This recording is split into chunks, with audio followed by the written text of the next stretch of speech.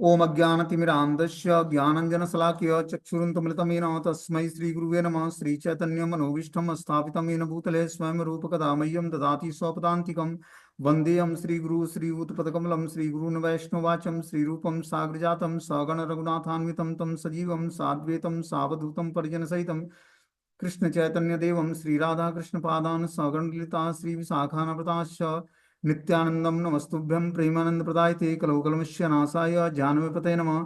नमो महावदन्याय कृष्ण प्रेम प्रदायते कृष्णाय कृष्ण चैतन्य नामिने गौरद्विष नमः। अनर्पित चरिचिरात करुणावतीर्ण कलौ समर्पित उन्नत उज्ज्वल रस स्व भक्ति श्रियम हरिपुरट सुंदर गुदकदम्ब संदीपितम सदा हृदय कंदरे स्मृत्वा सचिनंदनम संसार दुख जल दो पतितस्य कामा क्रोधादीन क्रम करे कवलीकृतस्य दुर्वासना निगडितस्य निराश्रयस्य चैतन्य चंद्रमदेहि पदावलंबम चैतन्य चंद्रमं हृदि कुमुदं विकास्यं हृदयं विधेहि निज चिंतन भृंगरंगे किंचापराधित विद्रुविदूयं पादामृतं सदैव पायत दुर्गतं माम आजानुलंबित भुजो कनकावदातो संकीर्तने कपितरो कमलायताक्षो विश्वम्बरो द्विजरो युगधर्मपालो वंदे जगत्प्रियकरो करुणावतारो नमस्ते काल सत्याय जगन्नाथाय सुताय च सौभृताय सपुत्राय सकलत्राय ते नमः। अवतीर्णो साकरुण्यो परिच्छिन्नो सदीश्वर श्रीकृष्ण चैतन्य नित्यानंदो द्वय भ्रातरम भजे स्वजयति विशुद्ध विक्रमं कनकाभ्यं कमलाय तीक्ष्णं वर्जानुनं विलंबितं खड्गभुज बहुधा भक्तिरसाभिनर्तकम्। जयति जयतु देव कृष्ण चैतन्य चंद्रो जयति जयतु कीर्तितस्य नित्या पवित्रम जयति जयतु वृत्तस्य वृत्तस्य विश्वेश्वमूर्ति जयति जयतु नृत्यत्व स्वरूप प्रियाणाम पंचतत्वात्मकं कृष्णं भक्तरूप स्वरूपम भक्तावतारम भक्ताख्यम नमामि भक्ति शक्तिकम। जय श्री कृष्ण चैतन्य प्रभु नित्यानंद श्री अद्वैत गदाधर श्रीवासादि श्री गौर भक्तवृंद। हरे कृष्णा कृष्ण कृष्णा हरे हरे हरे राम राम राम हरे हरे। तो इसमें हम लोग श्रीमद् चैतन्य भागवत का आदि खंड षोडश अध्याय मतलब 16वां अध्याय बोल रहे हैं, जिसमें हरिदास ठाकुर की महिमा के बारे में बताया गया। हरिदास ठाकुर भगवान चैतन्य महाप्रभु के नित्य सिद्ध पार्षद थे, ठीक है ना। नित्य सिद्ध पार्षद थे, मुसलमान परिवार में जन्म होकर भी वो अल्लाह का नाम न लेकर हरि का नाम भजन किया करते थे। और स्वयं ब्रह्मा जी ही हरिदास ठाकुर के रूप में भगवान चैतन्य महाप्रभु के लीलाओं में हरिदास ठाकुर का रूप धारण करके आते हैं। और रोज 192 माला किया करते थे सिद्ध बकुल जगन्नाथपुरी में बैठकर। और स्वयं चैतन्य महाप्रभु अपना उचिष्ट प्रसाद ले जाकर हरिदास को देते और हरिदास उस प्रसाद को खाकर रोज 192 माला जप किया करते थे। सोचो 192 माला, 22 घंटे भगवान का भजन, क्या स्टेमिना। इसीलिए उनको नामाचार्य की पदवी मिली, तो नाम के आचार्य हैं। तो उनके जब चरित्र को हम सुनते हैं तो हमारा भी प्रीति जागृत होती है भगवान के नाम में, क्योंकि ऐसे आचार्य अपने परंपरा में हैं जो 192 माला रोज करते थे। शीला भक्ति सिद्धांत सरस्वती ठाकुर प्रभुपाद जी 10 सालों के लिए नियम दिया उन्होंने, और एक कुटिया बनाया, कुटिया में भजन करना शुरू किए 10 सालों के लिए, रोज 192 माला। तो 10 साल तक कुटिया चलेगी कैसे, खरपतवार की कुटिया। 3-4 साल चला, उसका उससे से पानी टपकने लगा, तो छतरी लेके भजन करते थे। ये टाइम नहीं था फिर से झोपड़ी तैयार करने का, तो छतरी लगाया और भजन करना शुरू किया। तो धीरे धीरे हमें भगवान के नाम में रुचि जागृत करनी है, तभी जाके जीवन में कल्याण होगा हमारा। और कोई दूसरा उपाय नहीं है, ये सब कुछ प्रदान करने वाला है। जो भी हमारी इच्छाएं हैं, सब कुछ इच्छाओं को तृप्त कर देगा यह महामंत्र। तुरंत व्यक्ति की इच्छाएं शुद्ध नहीं होती हैं, शुरुआत में बहुत सारी इच्छाएं हैं। खासकर जो थोड़ा सा अ, बचपना से यंग अवस्था को प्राप्त किया, तो यंग अवस्था में बहुत सारी अनवांटेड इच्छाएं होती हैं उसके अंदर। तो इच्छाएं या तो पवित्र हो जाएंगी या पूर्ण हो जाएंगी, दो में से एक काम होगा। ये महामंत्र आपकी इच्छाओं को पवित्र भी करेगा और पूर्ण भी करेगा। जो इच्छाएं पूर्ण करने योग्य हैं, जिससे आप भगवान की भक्ति न छोड़ो, उसको पूर्ण करेगा। और जो इच्छाएं अपवित्र हैं उसको पवित्र कर देगा। तभी तो जाकर अब भगवान से अंत में ये बोलो कि न धनम न जन्म न सुंदरी कविता वा जगदीश काम है मम जन्मनी जन्मनेश्वरी बहुतात भक्ति है तो गीत वही। ऐसे थोड़ी ना कोई जीवात्मा बोलता भगवान से न धनम न जन्म न कविता न सुंदरी। ये भगवान, न तो मुझे धन चाहिए न जन चाहिए, न कविता न सुंदरी, कुछ नहीं चाहिए। यूं ही थोड़ी ना किसी के हृदय से ये प्रार्थना निकलेगी। अभी जन चाहिए, धन चाहिए, कविता सुंदरी ग्लोरिफिकेशन सब कुछ चाहिए व्यक्ति को, लेकिन किसी और के पास नहीं जाना है। सब इच्छाएं भगवान कृष्ण ही पूर्ण कर देंगे आपको, ठीक है ना। वो आपको धन भी देंगे, जन भी देंगे। जन मतलब ग्लोरिफिकेशन, व्यक्ति जो आपको ग्लोरीफाई कर रहा है। तो धनम जन्म कविता, कविता मतलब ग्लोरिफिकेशन, धन जन मतलब व्यक्ति, मतलब जो हमारे आसपास के लोग होते हैं, परिवार के सदस्य होते हैं। व्यक्ति का अलग अलग इच्छाएं होती हैं। किसी को पति चाहिए, किसी को पत्नी चाहिए, किसी को बच्चे चाहिए। सबकी अपनी अपनी डिमांड है, शारीरिक आवश्यकताएं हैं और जीवन की आवश्यकताएं हैं। सबको सबकी आवश्यक, तो क्या करना है, भगवान से ही मांगना है। अकामा सर्व कामो व मोक्ष काम उदार दी तीव्रेण भक्ति योगेन यजते पुरुषम परम। कि आप अकामा सर्व कामो वा, आपके अंदर कोई कामना नहीं है या समस्त कामनाओं से भरे पड़े हो। मोक्ष काम उदार दी, मोक्ष की इच्छाएं हैं। तीव्रेण भक्ति योगेन, तीव्रता से भगवान की भक्ति योग का पालन करो, सब इच्छाएं पूर्ण कर देंगे कृष्ण। और वो जो इच्छाएं पूर्ण करेंगे उसके साथ साथ आपको सेटिस्फेक्शन भी देंगे। आप संतुष्ट हो जाओगे, क्योंकि इच्छाओं को धीरे धीरे पवित्र कर देंगे आपको। देवी देवता आपकी इच्छाओं को पवित्र नहीं करते हैं।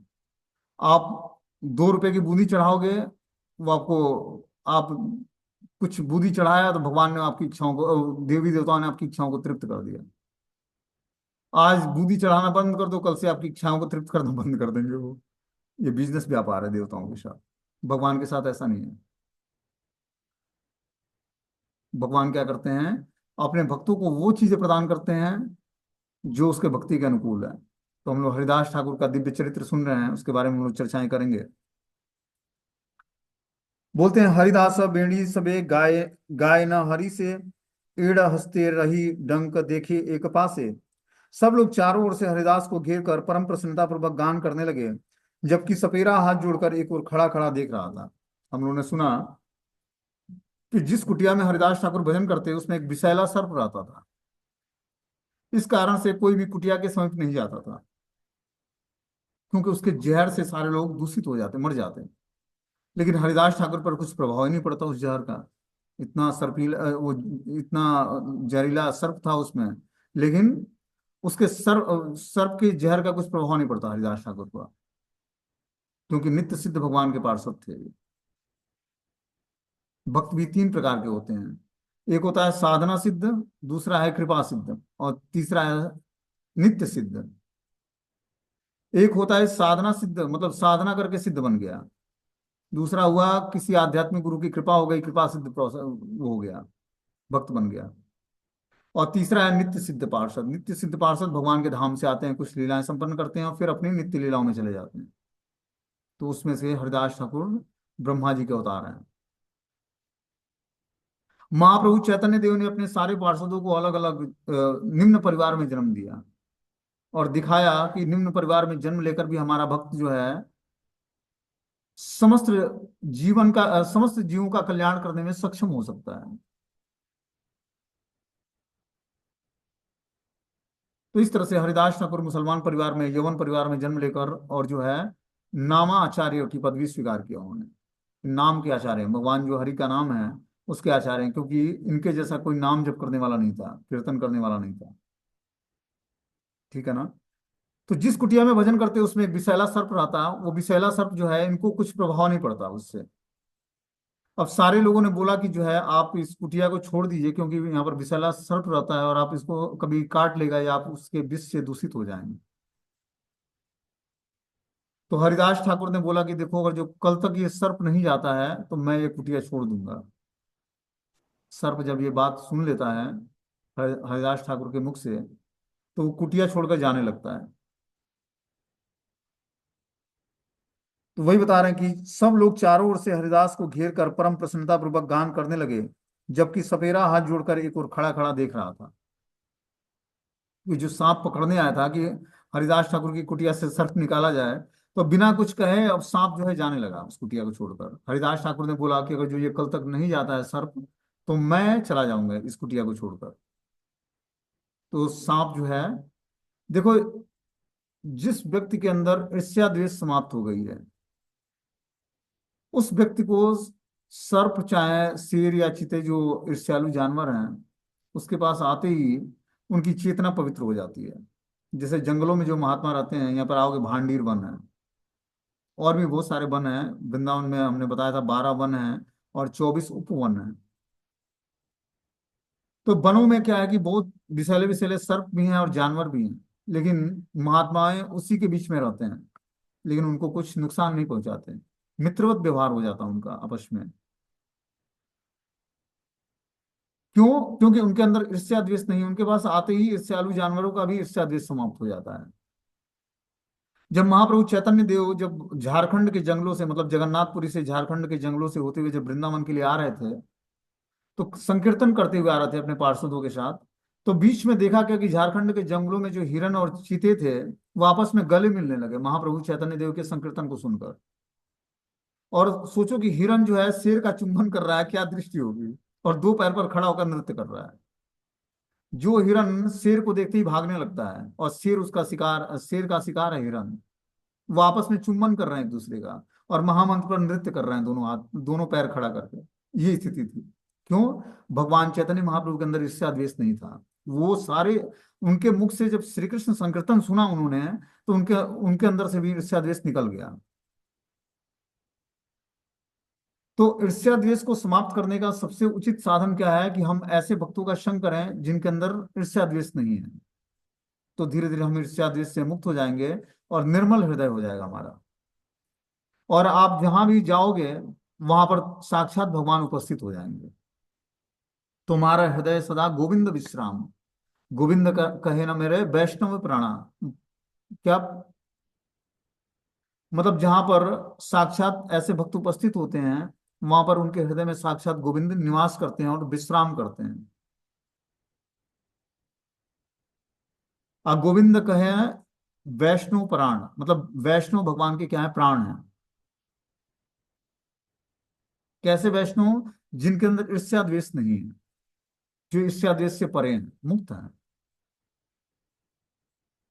उनका हृदय बहुत ही शीतल होता है। उस हृदय में साक्षात भगवान निवास करते हैं। ये चार जो 6 प्रकार के अनर्थ हैं, काम क्रोध लोभ मद मात्सर्य, ये व्यक्ति को क्या करते हैं? बंधनकारी जीवन में डालते हैं। इन 6 अनर्थों से व्यक्ति जब मुक्त हो जाता है तो धीरे धीरे वो भगवान के रहने के योग्य उसका हृदय बन जाता है, और फिर जाकर उसमें राधा कृष्ण निवास करते हैं।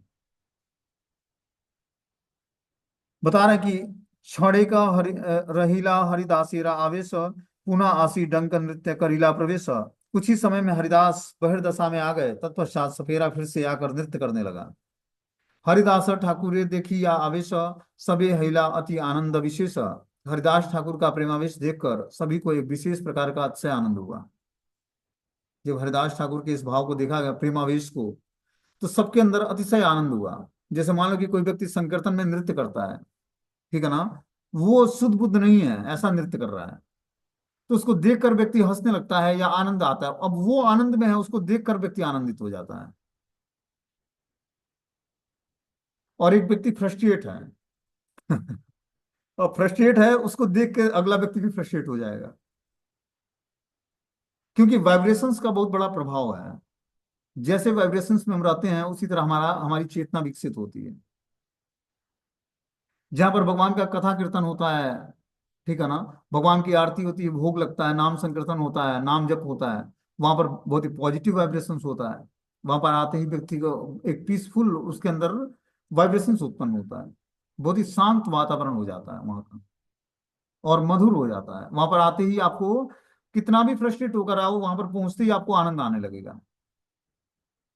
तो ऐसा ही वातावरण हम अपने घर में क्रिएट करना है। बोल रहे हैं कि जब हरिदास ठाकुर को लोगों ने देखा, तो हरिदास ठाकुर का प्रेमावेश देखकर सभी को एक विशेष प्रकार का अतिशय आनंद हुआ। एक आना पड़े तारे चरण धूली, सबई लेपे न अंगे हई कौतूहली। जहां जहां हरिदास के चरण पड़े, वहां वहां की धूली उठा उठा कर सब लोग अपने शरीर पर लेपन करने लगे। उनके आनंद को देखकर जहां जहां हरिदास ठाकुर अपने पैर रखते, उनकी चरण धूलि को लेकर अपने शरीर पर लोग लेपन करते। आर एक ठग विप्र था कि सेई खाना, मुइयो ना नाचुमी आजी गड़े मने मने। एक अन्य ढोंगी विप्र भी वहीं पर खड़ा हुआ, मन ही मन सोचने लगा कि आज मैं भी नाचूंगा। तो हरिदास ठाकुर को नृत्य करते देखकर एक वहां पर ढोंगी विप्र था, ढोंगी ब्राह्मण, वो भी सोचा कि मैं भी आज नाचूंगा। बुझिलाड़ा नाचिले अबोधा बरबरे, अल्प मनुष्येर परम भक्ति करे।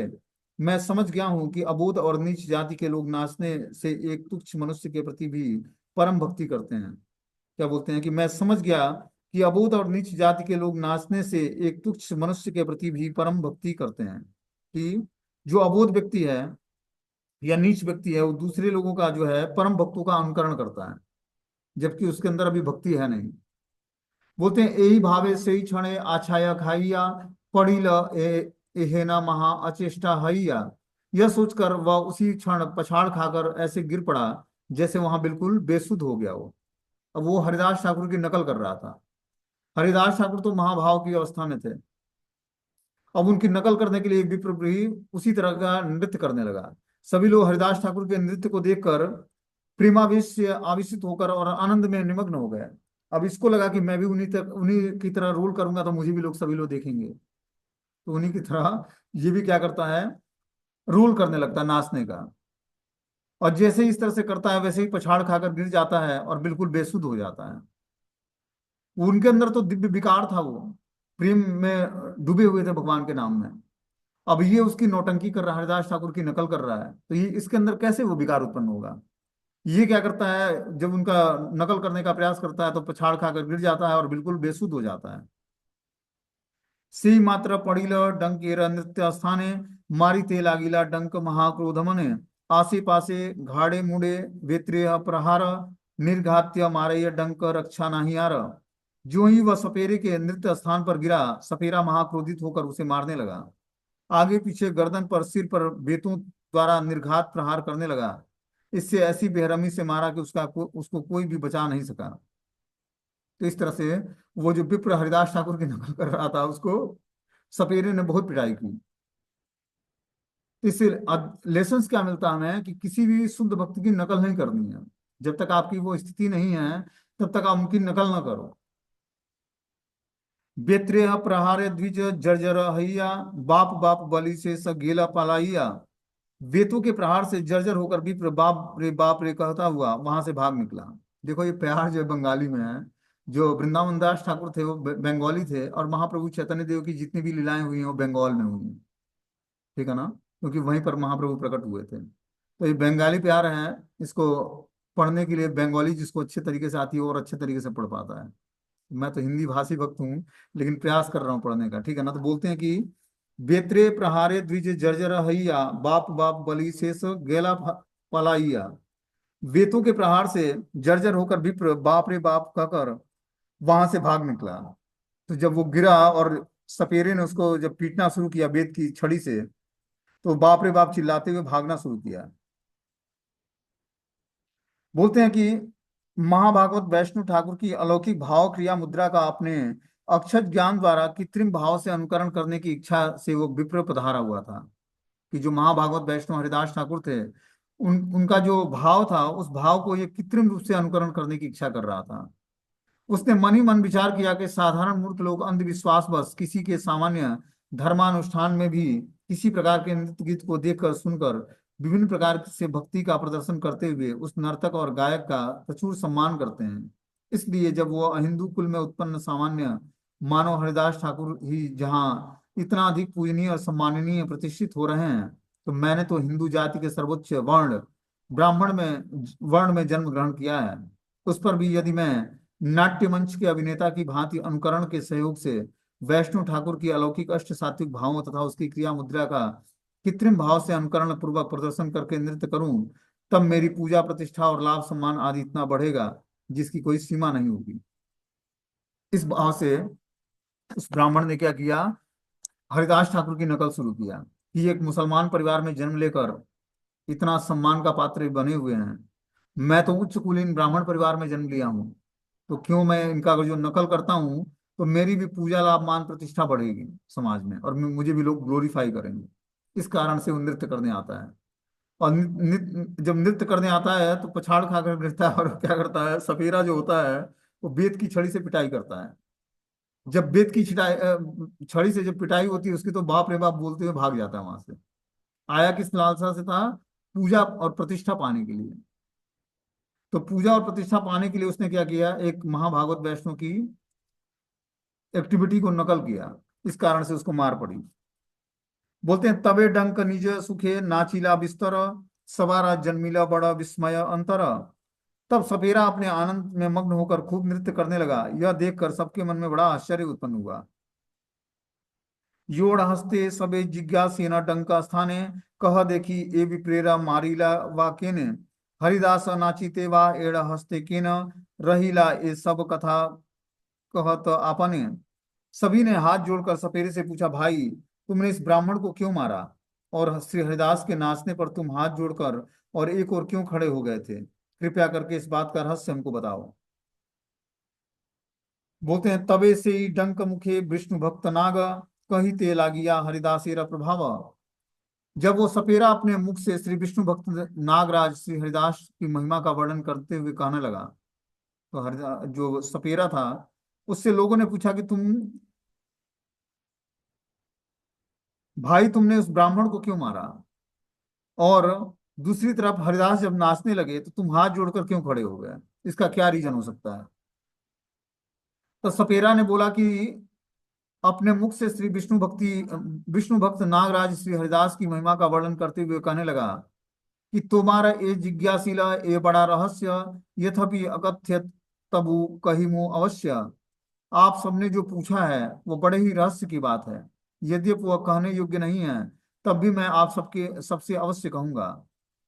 बोलते हैं दर्शकों ने सपेरे से पूछा कि वो सपेरे, हरिदास ठाकुर जब अलौकिक नृत्य के बाद अकैतव भावावेश में मूर्छित हुए, तब आप हाथ जोड़कर और क्यों खड़े हो गए, और जब यह प्राकृतिक कपटी सहजिया कृत्रिम भावावेश दिखाकर मूर्छित हो गया, तब आपने उसको क्यों मारा?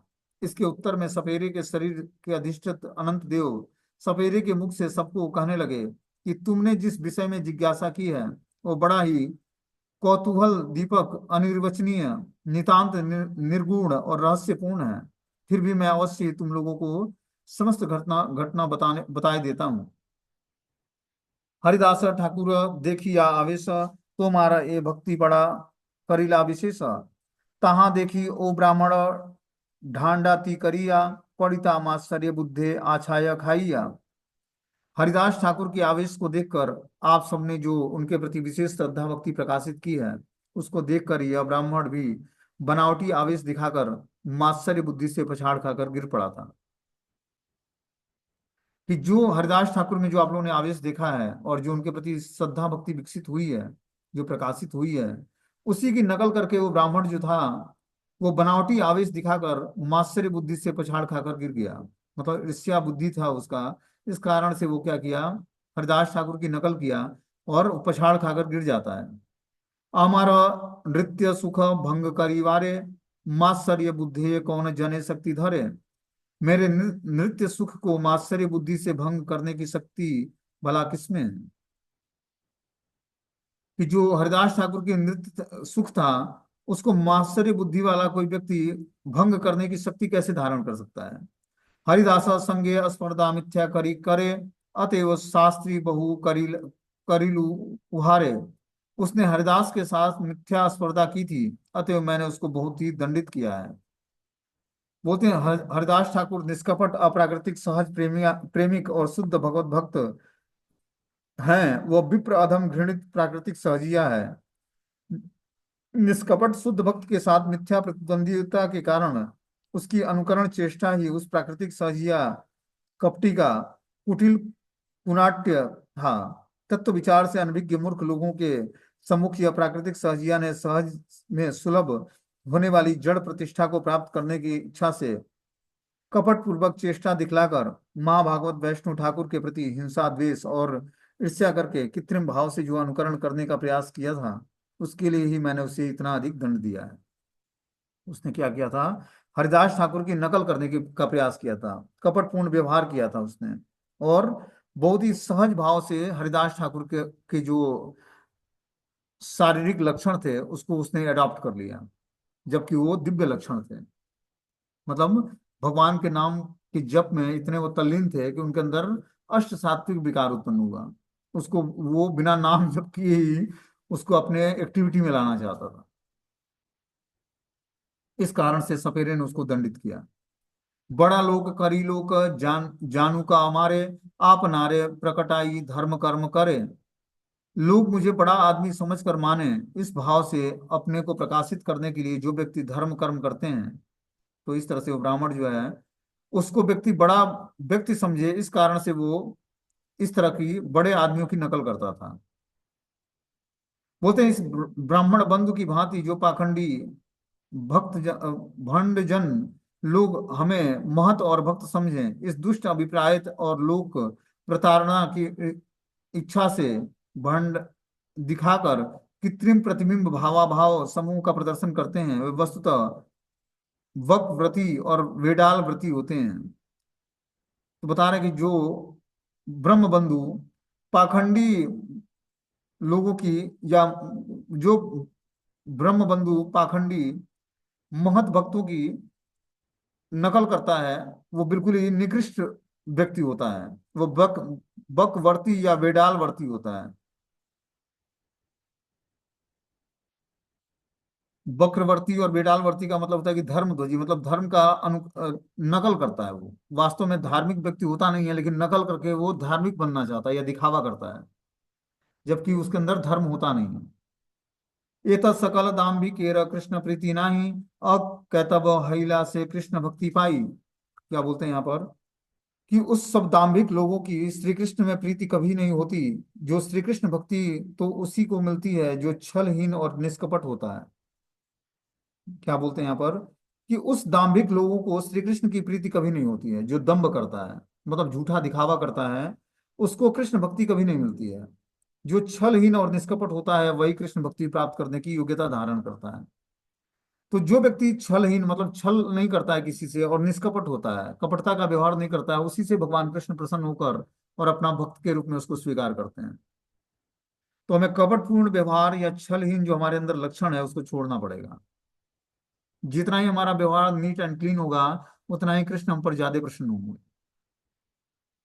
बोलते हैं लोग महाभागवत वैष्णव की अलौकिक क्रिया मुद्राओं को कृत्रिम भाव से अनुकरण करके भक्त के रूप में जड़ प्रतिष्ठा प्राप्त करने की इच्छा करते हैं। तो देखते हैं कि जो है भक्तों के समाज में बहुत लोग जो है महाभागवत वैष्णव जो भगवान के शुद्ध भक्त हैं, उनकी कोई व्यक्ति क्रिया मुद्रा का अवलोकन करके अनुकरण करता है और प्रतिष्ठा प्राप्त करने की इच्छा से करता है। बता रहे हैं यहाँ पर कि भगवत चरणों में उनकी किसी प्रकार से सेवा प्रवृत्ति नहीं होती है। जो इस तरह से किसी शुद्ध भक्त की नकल करता है, तो उसका धीरे धीरे सेवा प्रवृत्ति नहीं होती है भगवान के चरण कमलों में। अपनी जड़ इंद्रियों को तृप्त करने के उद्देश्य से वे दम्भ बस कृष्ण भक्त का आवेश धारण करके बाहर से भी उनका ही उसी प्रकार कृत्रिम भक्ति मुद्रा का प्रदर्शन करना केवल लोक वंचन के लिए होता है। कि वो बाहरी रूप से किसी महाभागवत वैष्णव की क्रिया मुद्रा का वो दिखावा करता है, लेकिन वो वास्तविक भक्ति नहीं है। वो कृत्रिम भक्ति मुद्रा का प्रदर्शन करके लोक वंचन प्राप्त करना चाहता है, मतलब लोगों से ग्लोरिफिकेशन चाहता है अपना। जिस स्थान पर उस प्रकार का धर्म ध्वजी बिडाल या वक्र धर्मित्व नहीं है, उस स्थान पर अकैतव कृष्ण भक्ति है। परंतु जिस स्थान पर ये सब दोष वर्तमान है, उस स्थान पर ही दंभ कैतव और कृष्ण सेवा के अतिरिक्त अन्य कोई दुष्ट अभिप्राय या मध्यवर्ती उद्देश्य विद्यमान है। तो यहाँ पर बता रहे हैं कि जो है जो इस तरह का क्रिया एक्टिव मतलब भक्ति मुद्रा का प्रदर्शन करता है लोक वंचन के लिए, मतलब लोग मुझे संसार में ग्लोरीफाई करें, वो व्यक्ति धर्म ध्वजी कहलाता है। मतलब वो धर्म के नाम पर धर्म की आड़ में बहुत सारे गलत कार्य करता है, और वो वक्र धर्मी कहलाता है। लेकिन दूसरी तरफ उसी स्थान पर अकैतव कृष्ण भक्ति है, जिसमें कोई गलत कार्य नहीं है, बस शुद्ध कृष्ण भक्ति है। परंतु जिस स्थान पर ये सब दोष वर्तमान है, उस स्थान पर दंभ कैटव या कृष्ण सेवा के अतिरिक्त अन्य कोई दुष्ट अभिप्राय या मध्यवर्ती उद्देश्य विद्यमान है। ये देखिला नाची लेना हरिदास, ओ नृत्य देखिला सर्व बंधन है नाश। हरिदास का जो नृत्य आपने देखा है, उस नृत्य के दर्शन करने से जीव के समस्त बंधन नष्ट हो जाते हैं। तो जो हरिदास ठाकुर जब नृत्य करते हैं भावावेश में आकर, उसका दर्शन करने से क्या होता है, समस्त व्यक्ति के भवबंधन नष्ट हो जाते हैं। बोलते हैं सेवन मुखी वैष्णव के कृष्ण प्रीति वांछा में नृत्य के दर्शन से दर्शकों का भवबंधन भी नष्ट हो जाता है, जबकि प्राकृतिक सहजिया की कृत्रिम क्रिया मुद्रा दर्शन के से भवबंधन क्लेश और अधिक बढ़ता जाता है। कि एक और जो शुद्ध भक्त है भगवान का, वो भगवान के आवेश में आकर नृत्य करता है, तो उसको दर्शन करने मात्र से समस्त कर्म बंधन नष्ट हो जाते हैं व्यक्ति के। सोचो कि कोई व्यक्ति नाच रहा है, उसके नाचने के दर्शन से अपने अपने कर्म बंधन नष्ट हो जाएंगे। कितना पावरफुल है इंस्ट्रूमेंट। लेकिन दूसरी तरफ सहजिया लोग जो हैं, जो कृत्रिम रूप से उस मुद्रा का अनुकरण करते हैं, उनके नृत्य को देखकर व्यक्ति भव बंधन के क्लेशों में और अधिक जकड़ता जाता है। वैष्णव के कृष्णेंद्रिय प्रीति वांछा मैं नृत्य के दर्शन से वैष्णव चित्त निष्कपट भाव का ही उदय होता है, जबकि अनुकरणीय भंड की वैसी नृत्यादि युक्त भोग विलासमय चेष्टा जगत में कुफल को ही जन्म देती है। कि एक तरफ शुद्ध भक्त के नृत्य हैं, जिसको देखने मात्र से क्या होता है, निष्कपट भाव हृदय में उदित होता है। और दूसरी तरफ जो अनुकरणीय करने वाले जो लोग हैं, जो उनकी नकल करने वाले लोग हैं, उनके नृत्य को देखने से व्यक्ति के हृदय में विलासमय श्रेष्ठा और जागृत होती है। ठाकुर हरिदास जब अप्राकृतिक नृत्य लीला का प्रदर्शन करते, तब उनके निष्कपट प्रेम के वशीभूत होकर उनके सादे सारे सपरिकर श्री कृष्ण चैतन्य की भी नृत्य करते। जगत के सौभाग्यशाली जन उस अप्राकृतिक नृत्य का दर्शन करके बहुत से जन्मों की संचित पापराशि से मुक्त होकर भक्ति उन्मुखी स्वीकृति प्राप्त करके शुद्ध हो जाते हैं।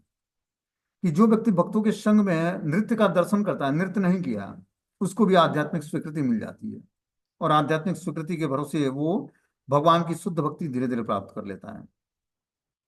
इहाना से योग्य पद हरिदास नाम निरवधि कृष्ण चंद्र हृदय उहान। उनका हरिदास नाम उनके पद के योग्य ही है, क्योंकि श्री कृष्ण नित्य निरंतर उनके हृदय में निवास करते हैं। हरिदास मतलब हरि का दास। तो हरिदास नाम उनके पद के योग्य है, क्योंकि भगवान नित्य कृष्ण निरंतर और नित्य ही उनके हृदय में निवास करते हैं। सर्वभूत वत्सल सवार उपकारी स्वरेर संगे प्रति जन्मे अवतारी।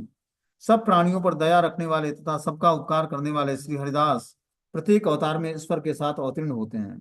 तो ये भगवान के नित्य सिद्ध पार्षद हैं। ये हर अवतारों में भगवान के साथ अवतरित होते हैं। सब प्राणियों पर स्नेह दृष्टि रखने वाले श्री हरिदास अस्थावर और जंगम सभी के उपकारी हैं। भगवान के प्रत्येक अवतार के समय वे भी भगवान के साथ अवतरित होते हैं, अर्थात वे भगवान के साक्षात लीला सचिव पार्षद हैं। तो हरिदास ठाकुर जो हैं, भगवान की लीला सचिव पार्षद हैं। भगवान की लीलाओं में एक नित्य सिद्ध पार्षद के रूप में लीलाएं संपन्न करते हैं। बोलते हैं इहे से निरपराध विष्णु वैष्णवे ते स्वप्ने वहाना दृष्टि ना याय विपथे। श्री हरिदास विष्णु व वैष्णव के प्रति अपराध से रहित थे, स्वप्न में भी उनकी दृष्टि कुपथ की ओर नहीं जाती थी।